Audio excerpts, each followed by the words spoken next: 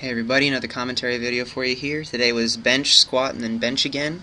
And so my bench volume has been up pretty much all week. This is the second workout in a row where I've had 2 rounds of benching. 5 triples at 305. I upped my training max another 5 pounds and went pretty well. And yeah, still feeling good. Pretty tight, the shoulder, pec tie-in area from these, but that's just from a result of all the volume I've been doing. So made sure to get really warmed up this time and stretch out before I got into it, and made it through all the sets with the 2 pauses and then the long pause on the 3rd rep. So basically that's how the benching went.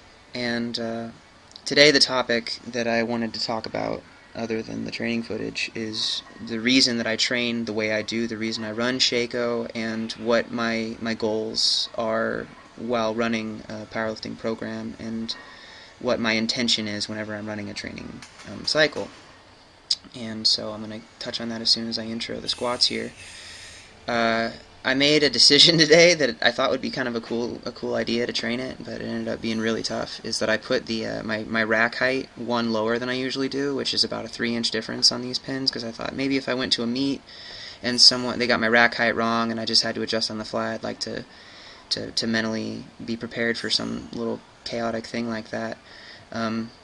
Probably picked a bad day to do it because my back was still pretty torched from all the squats I did on Monday and then all the pulls that I did on Wednesday. It was just a pretty high volume week for the squats, and that extra little quarter squat on rack and re-rack that I did was kind of rough. Plus I upped my training weight another 5 pounds because the way that I run my squats and my bench generally is that I'll try to go 2 workouts, and if I finish everything feeling good and do the reps the way I want to do them for the first 2 workouts, then I'll go ahead and increase my training weight a little bit all the way up through my 6-week training cycle. At the end of the training cycle, I'll drop everything back down to where I started and then add 10 or 15 pounds to that start weight, depending on how much progress I made in the training cycle, and then I will keep doing that and I'll cycle through it. And so I'm not going to be getting to a point where I run out of room at the top end, because the way that I want to train, and this is kind of the way I do this, is I call it increasing your baseline. Instead, a lot of people train for their top end, train for their training ceiling,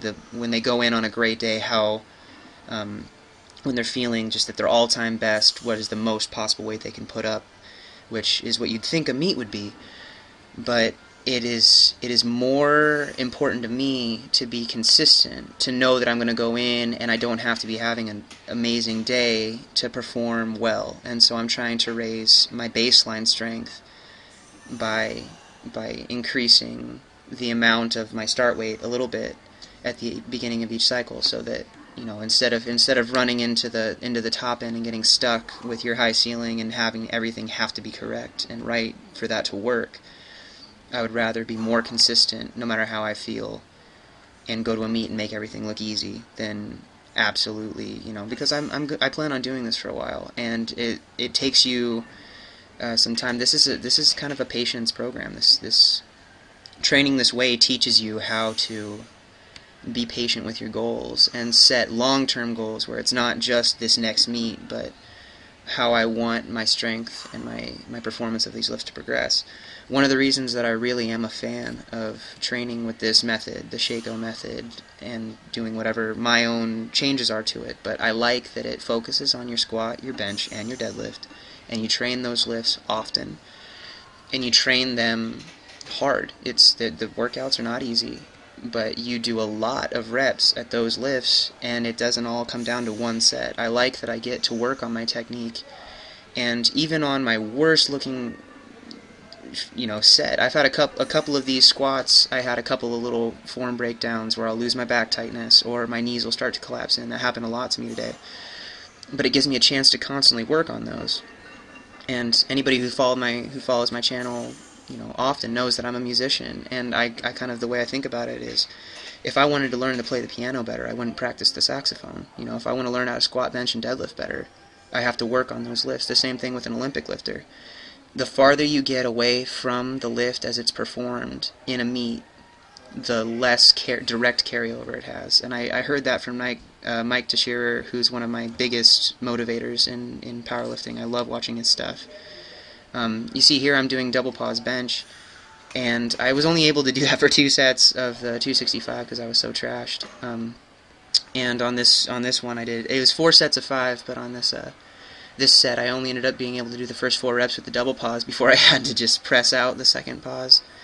But this is this is exactly the opposite of what I was just saying. The more variation you put into your training, the more you're training the muscles instead of the lift, which I think is good if you want to train if you have an imbalance. I think you should attack it with whatever the musculature is. You know, if I have something wrong with my triceps, I should bring my triceps up.